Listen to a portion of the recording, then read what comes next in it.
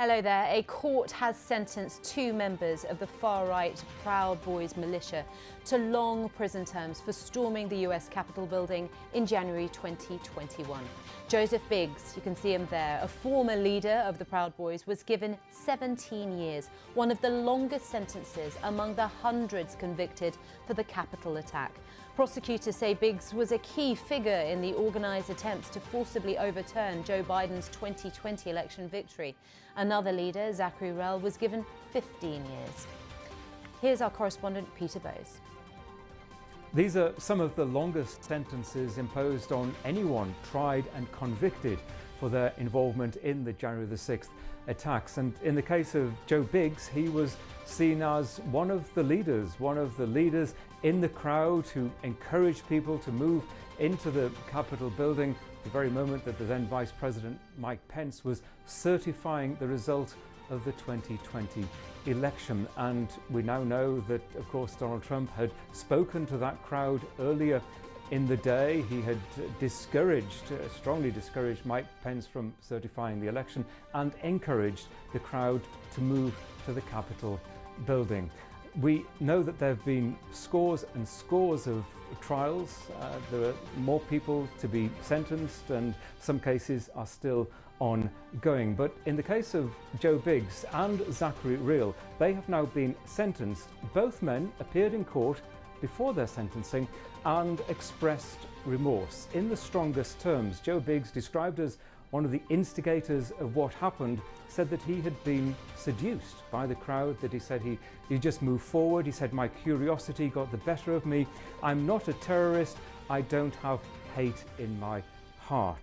Zachary Rell said he regretted involving himself with any of it. He said he let politics consume his life and he lost track of who and what mattered. Now, their sentences of 15 and 17 years are significantly less than the judge could have imposed. In fact, prosecutors were asking for 30 plus years, and the judge explained that he wasn't belittling the level of violence on that day, but that in effect he was getting the situation in proportion, that this hadn't been a mass casualty event and that the law existed to punish the worst of the worst, perhaps for longer sentences. So that was his reasoning for imposing the sentences that he did. We also heard from the lawyer representing both of these 2 men, Norman Pattis, who questioned why his clients were being punished for this crime of sedition when they had been following the lead of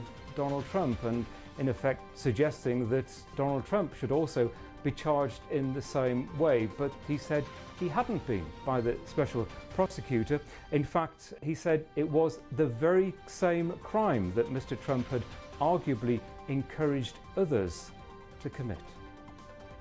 Well, as Peter Bowes mentioned there, Norman Pattis was the attorney for the Proud Boys leader Joseph Biggs. And after the sentencing, he drew the link between his client and Donald Trump. Let's take a listen to what he had to have to say. I think there is a broader a crisis of legitimacy going on in this country right now. You look at the current presidential race. Where's Donald Trump in all of this?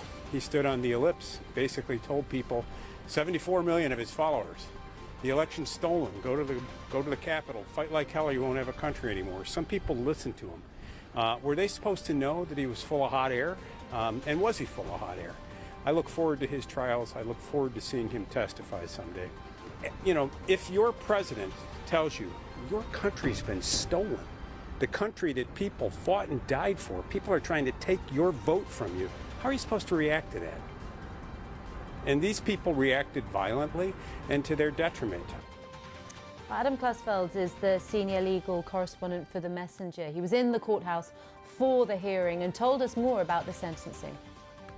When it comes to the Proud Boys and the Oath Keepers, the sentences that were handed down today 17 years for Joe Biggs, 15 years for Zachary Rail, are right in line with a sentence that was dealt to the leader of the Oath Keepers, Stuart Rhodes, who was dealt an 18-year sentence. And it's worth mentioning that the two judges who handed down those sentences, the one who dealt the sentence today was a Trump appointee, the one who dealt the sentence in the Oath Keepers case was an Obama appointee. So you have two different judges coming to the same conclusion that that's what these seditious conspiracy crimes should lead to in terms of a heavy sentence.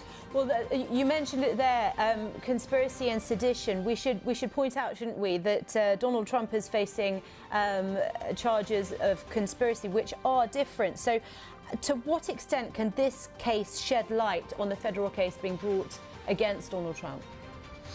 As the attorney for the Proud Boys had mentioned in that clip that you played a little bit earlier, he had mentioned in court that former President Trump has not been charged with seditious conspiracy, which is a very heavy charge that essentially punishes a plot to overthrow the government by force or block the execution of its laws. Those were charged against what prosecutors called the foot soldiers of January 6th. The people like the Proud Boys, the people like the Oath Keepers. It was notably not a charge that special counsel Jack Smith brought against Trump. And I think that one of the things that a conclusion that a lot of legal commentators came to is that Jack Smith was seeking to be very targeted in his charges, that if you read the indictment closely, it focuses on the broader attempts to overturn the election without actually getting into the weeds of what happened on January 6th. And it was something that the attorney for the Proud Boys, Norm Pattis, who's also an attorney for Alex Jones, the right-wing conspiracy theorist broadcaster, had mentioned. He latched on it, and he said in court, in fact, I wonder why that man hasn't been charged with seditious conspiracy and why he isn't answering to that charge.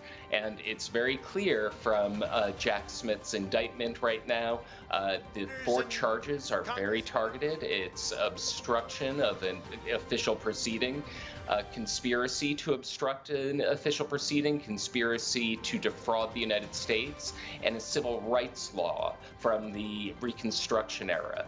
So very much framing it in the focus of the broader efforts to overturn the election rather than simply the events of January 6th.